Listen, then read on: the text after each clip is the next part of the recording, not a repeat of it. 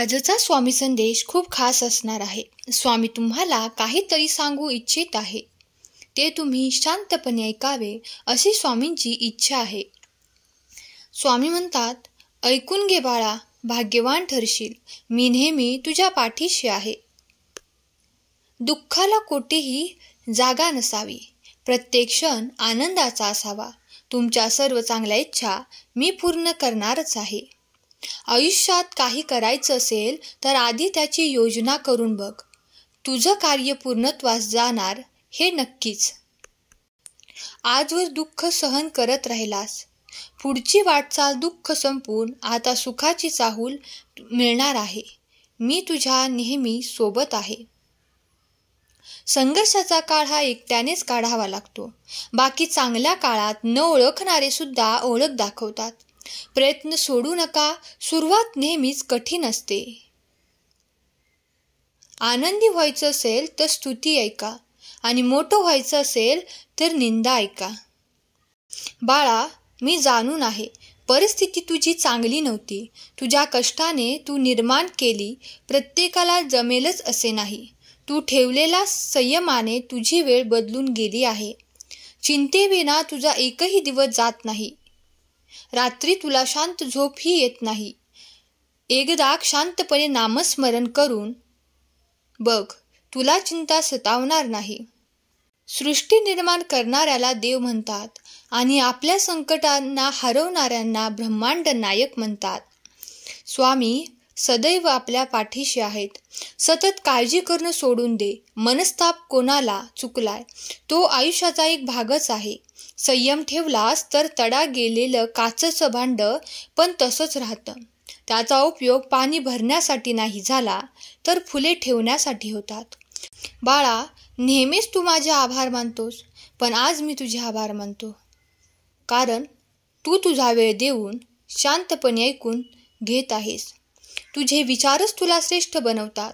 रूपावरून किंमत करू नकोस. यापुढे सर्व काही चांगलं तुझ्या मनासारखं होणारच आहे. निराश होऊ नकोस. एक दिवस असा येईल तुझं यश बघून इतरांच्या डोळ्यात पाणी येईल. संघर्ष करत राहा. एक दिवस तुझा नक्की येईल. स्वामी माऊली तुला भरभरून आशीर्वाद देत आहे. नकारात्मक विचार वाईट असतात. ते तुला कुठेच घेऊन जात नाहीत. सकारात्मक विचार करून तर बघ. ते तुला जीवनात कधीच मागे पडू देणार नाहीत. हार मानू नकोस. सुरुवात नेहमी कठीण असते. तुला आयुष्यात काही कमी पडणार नाही. विश्वास ठेवून तर पहा. स्वामी सोबत असताना सगळं काही चांगलंच घडत असतं. कोणी काही म्हटलं तरी प्रत्येक परिस्थितीत तुला खंबीर राहावं लागतं. तुझा अनुभव पाठीशी असेल तर अशक्यही शक्य होत असतं. बाळा, जे घडतं ते चांगल्यासाठीच घडत असतं. आता एक दुःख मिळालं असलं तरी पुढे एक आनंद मिळणारच असतो. लक्षात ठेव, मार्ग चालतानाही एक पाऊल पुढे तर एक मागे पडत असतं. आज तू हा संदेश ऐकलास, मला आनंद झाला. तुला कायम सुखी राहण्याचं वरदान मी देत आहे. हाक दे केव्हाही, तुझ्या हाकेला मी धावून येत आहे. जे सत्य आहे, तुझ्या हिताचं आहे, तेच मी तुला सांगत आहे. बाळा, तुझ्याकडे ज्ञान आहे, माहीत आहे मला. म्हणूनच तर तू मला ओळखलंस आणि इथे आलास. गरुडा इतके उडता येत नाही म्हणून चिमणी कधी उडण्याचं सोडत नाही. मग तू तर माणूस आहेस, तू का करू शकत नाहीस? तुझे दुःख, त्रास, वेदना सुखात बदलतील आणि तुझ्या मार्गातील अडथळे चमत्कारात बदलतील. माझ्यावर विश्वास ठेव आणि तुझे कार्य करत राहा. मी तुला तुझ्या पाठीशी उभा दिसेन. विश्वास ठेव, प्रत्येक संकटात मी तुझ्या पाठीशी आहे. बाळा, जरी शिकली नाही आई तरी तुझ्या आयुष्याचा ती उद्धार करी. कधीच अंतर देऊ नकोस तिला. आहे तिच्या ममतेची थोर पुण्य आई. प्रत्येक सूर्योदयाला स्वामी समर्थ ध्यान कर. हा संदेश ऐकल्यावर श्री स्वामी समर्थ टाईप कर. तुझ्या या भावनेमध्येच तू दिलेला आदर असतो. दुसऱ्यांना देण्यासाठी मन खूप मोठं असावं लागतं. तू मोठा असून उपयोगाचं नसतं. दुःख करत राहू नकोस. तुला पावलोपावली अडचणी आहेत. तू मार्ग चालत राहा. मग बघच तुझी अडचण मी दूर करणारच आहे. तू प्रयत्न करत आहेस. तुला अपयश येत असेल तर मनावर घेऊ नकोस. तुला ते मिळणार आहे ज्याचा विचारच तू केला नाहीस. घाबरू नकोस. चिंता करू नकोस.